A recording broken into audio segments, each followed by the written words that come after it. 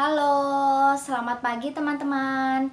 Jadi di sini kami dari kelompok 5 dengan saya sendiri Yunita Aditya dan teman saya Devi Wahyu Daniati akan menjelaskan materi tentang statistika dan peluang khususnya pada pertemuan ke-7. Nah, buat teman-teman yang penasaran silahkan langsung saja disimak videonya ya. Let's go.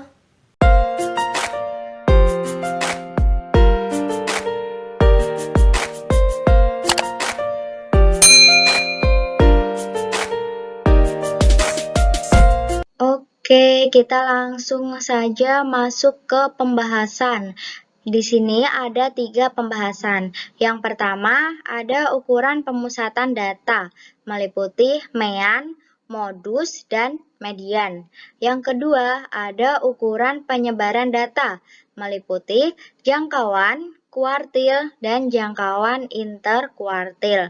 Dan yang ketiga, ada peluang, yaitu peluang teoretik, peluang empirik, dan peluang kejadian bersyarat. Kita sekarang masuk ke ukuran pemusatan data. Yang pertama, ada mean atau rata-rata. Nah, tentu teman-teman di sini sudah tidak asing ya dengan kata mean atau rata-rata, karena sudah mulai dari SMP kita mempelajari mean atau rata-rata itu sendiri. Nah, rata-rata itu apa sih? Jadi rata-rata itu merupakan wakil dari sekumpulan data atau dianggap suatu nilai yang paling dekat dengan hasil pengukuran yang sebenarnya. Nah, kira-kira di rata-rata ini ada nggak ya nilai tunggal ataupun data kelompok? Ya, jawabannya adalah ada. Jadi, di mean atau rata-rata itu ada data tunggal atau data kelompok, di mana masing-masing data tersebut memiliki rumus yang berbeda. Oke, dalam rumus data tunggal adalah X bar sama dengan sigma XI per N, di mana X bar adalah nilai rata-rata, sedangkan sigma XI adalah jumlah nilai seluruh data dan N adalah banyaknya data. Kemudian untuk rumus data kelompok adalah X bar sama dengan sigma FI XI per sigma FI. X bar menunjukkan nilai rata-rata, sedangkan sigma FI XI adalah jumlah nilai tengah kelompok data ke I, dan sigma FI adalah jumlah frekuensi kelompok data ke I. Oke, supaya lebih jelasnya lagi, kita langsung saja ke contohnya. Untuk contohnya yaitu rata-rata nilai ulangan matematika susulan dari 11 orang siswa adalah 7,2. Jika nilai ulangan Romi tidak diikutkan karena dia mengakui bahwa dia mendapatkan jawabannya dari hasil menyontek, nilai rata-rata tersebut berubah menjadi 7,0.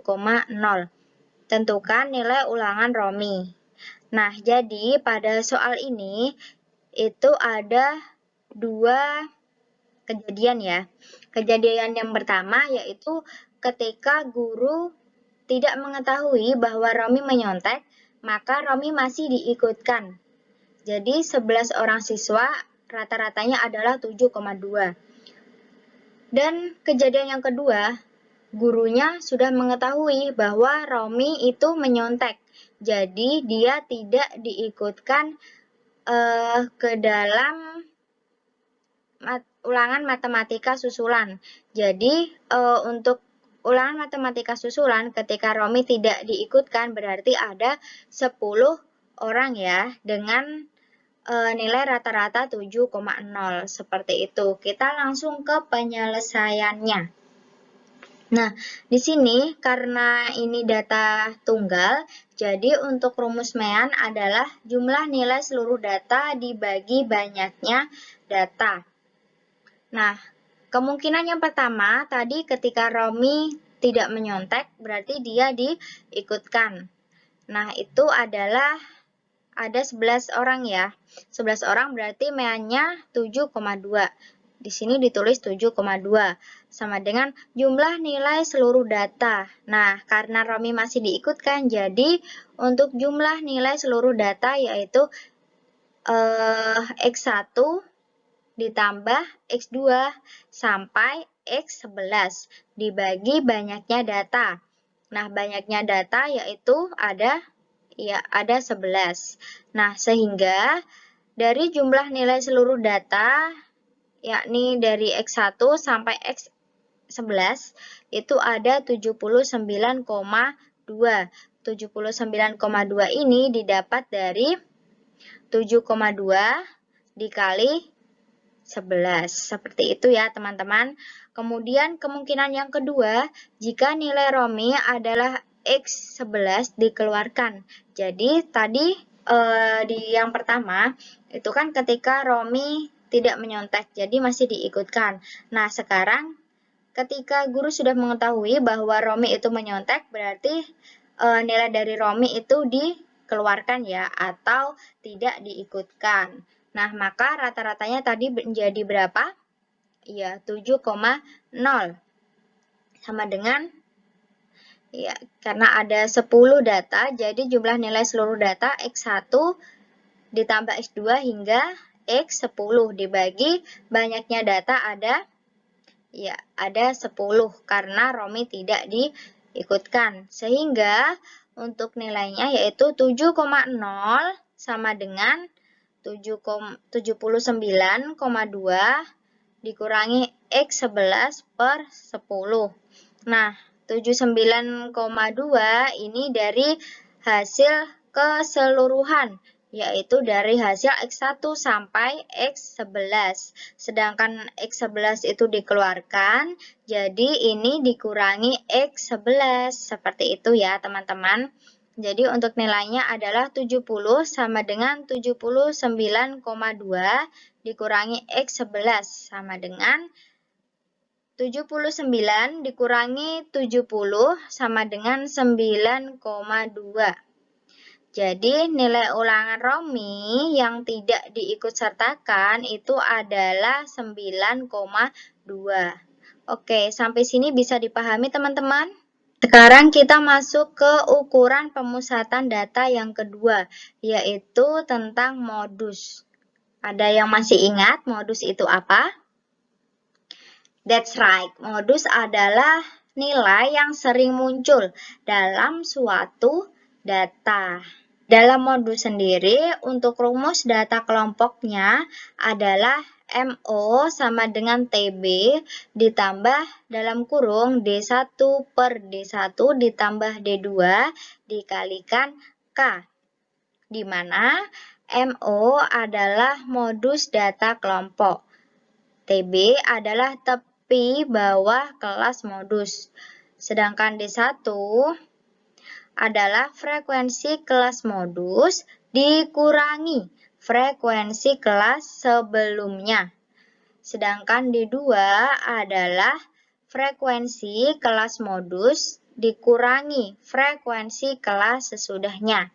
Perlu diingat-ingat ya teman-teman bahwa D1 itu frekuensi kelas modus yang dikurangi frekuensi kelas sebelumnya. Kalau D2 itu dikurangi frekuensi kelas sesudahnya.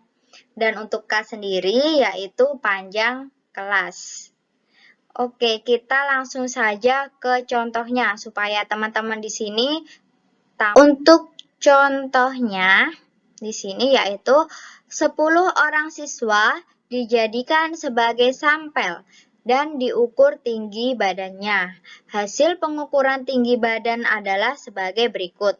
172, 167, 180, 170, 169, 160, 175, 165, 173, dan 170. Soalnya, tentukan modus tinggi badan siswa. Nah, sebelum kita ke penyelesaiannya, untuk data ini termasuk data apa ya? Apakah data tunggal atau data kelompok? Iya, benar. Ini adalah data tunggal. Jadi, karena ini data tunggal, jadi dalam penyelesaiannya kita hanya mengamati soal atau data-data yang ada di soal tersebut. Nah, setelah kita amati, kita jadi tahu bahwa modusnya atau nilai yang sering muncul itu adalah 170. Kenapa?